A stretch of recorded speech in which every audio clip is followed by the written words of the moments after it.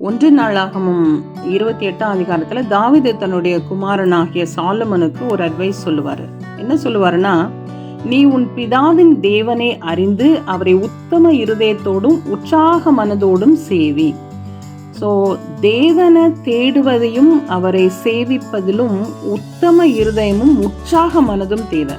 So ரொம்ப names Ceva's நம்ம ஆண்டவரை தேடாம சிலர் தேவையில் உள்ள போது மாத்திரம்தான் ஆண்டவரை தேடுவாங்க, தேவைகள் முடிஞ்ச பிறகு ஆண்டவரை மறந்துடுவாங்க. அப்படி இல்லாமல் எப்பொழுதும் உற்சாக மனதோடு, always with a vibrant heart, if you are coming closer to God, அது நம்மளுடைய ஆக்டிவிட்டீஸ் அண்ட் ஆட்டிடியூட்ஸ்லேருந்தே நம்மளால் அண்டர்ஸ்டாண்ட் பண்ண முடியும். அது ஒரு சில எக்ஸாம்பிள்ஸ் மூலமாக இன்றைக்கி நான் எக்ஸ்பிளைன் பண்ண போகிறேன்.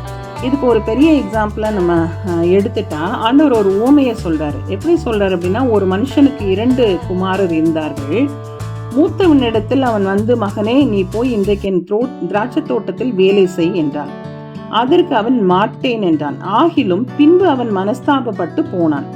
இளையவனிடத்தில் அவன் அப்படியே சொன்னான். அதற்கு அவன் போகிறேன் ஐயா என்று சொல்லியும் போகவில்லை.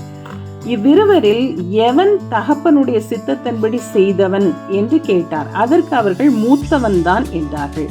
அப்பொழுது இயேசு அவர்களை நோக்கி, ஆயக்காரரும் வேசிகளும் உங்களுக்கு முன்னே தேவனுடைய ராஜ்யத்தில் பிரவேசிக்கிறார்கள் என்று மெய்யாகவே உங்களுக்கு சொல்லுகிறேன். ஸோ எவனொருவன் தேவனுடைய வசனத்தை கேட்டும் அதன்படி செய்யாமல் போகிறானோ அவன் ஆண்டவரை உத்தம இருதயத்தோடு தேடலன்னு தான் அர்த்தம்.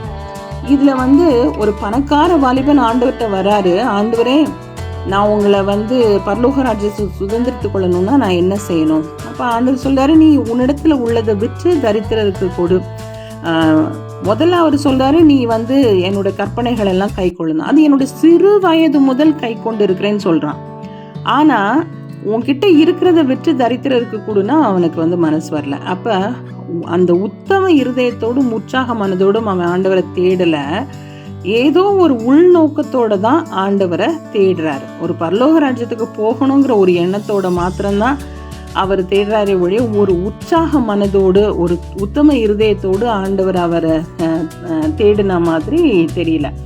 ஸோ அதனால ஆண்டவர் சொல்றாரு, நீ இந்த பணக்காரர்கள் ஆண்டவருடைய ராஜ்யத்தில் பிரவேசிப்பது அரிது அப்படின்னு சொல்லி இந்த பணக்கார வாலிபனை ஆண்டவர் ஒமிட் பண்ணிடுறாரு. ஆனால் அதே சகேயு பார்ப்பதற்கு பணத்தின் பின்னாடி ஓடின மாதிரி தான் இருந்தது. அவர் ஒரு டாக்ஸ் கலெக்டராக இருந்தார், நிறைய பணம் சம்பாதிச்சார், மற்றவங்க கிட்டேருந்து அநியாயமாக எல்லாத்தையும் பெற்றுக்கொண்டார். ஆனால் ஒரு ஸ்டேஜ் வந்தப்போ அவருக்கு ஆண்டவரை தேடுறதுல ஒரு உற்சாக மனது வந்துருச்சு. அப்போ ஆண்டவர் வராருன்னு கேள்விப்பட்ட உடனே என்ன பண்ணுறாரு, வேகமாக மரத்து மேலே ஏறி ஆண்டவரை பார்க்கறதுக்காக அப்படியே காத்திருக்கிறாரு. எவ்வளோ ஒரு உற்சாகம் பாருங்கள் ஆண்டவரை தேடுறதுல. அப்போ நம்மளுடைய வாழ்க்கையில் எதுக்கு நம்ம இம்பார்ட்டன்ஸ் கொடுக்குறோம்? அந்த உற்சாக மனதோடு ஆண்டவரை தேடுறோமா? ஒரு எக்ஸாம்பிள் சொல்லணும்னா, ஒரு ஸ்திரீ விலையேற பெற்ற பரிமள தைலம் உள்ள வெள்ளைக்கல் பரணியை கொண்டு அவர் போஜன பந்தி இருக்கும்போது அந்த தைலத்தை அவரோட சிரசின் மேலே ஊற்றினாள். அப்போது சீஷர்கள் அதை பார்த்துட்டு சொல்கிறாங்க, ஏன் இவ்வளோ வீண் செலவு செய்கிறீங்க? அப்போ இதில் யாருக்கு ஆண்டவர் மேலே ஒரு உற்சாக மனது இருக்குதுன்னு தெரியுதா? ஆண்டவர் கூட இருந்த சீஷர்களுக்கு அவர் மேலே அவ்வளோ ஒரு அன்பு கிடையாது. ஆனால் அந்த ஒரு ஸ்திரீ, அவளை இந்த சொசைட்டியே விலக்கி வைத்திருந்த ஒரு ஸ்திரீக்கு ஆண்டவர் மேலே அப்படி ஒரு அன்பு இருந்ததை பார்க்க முடிகிறது.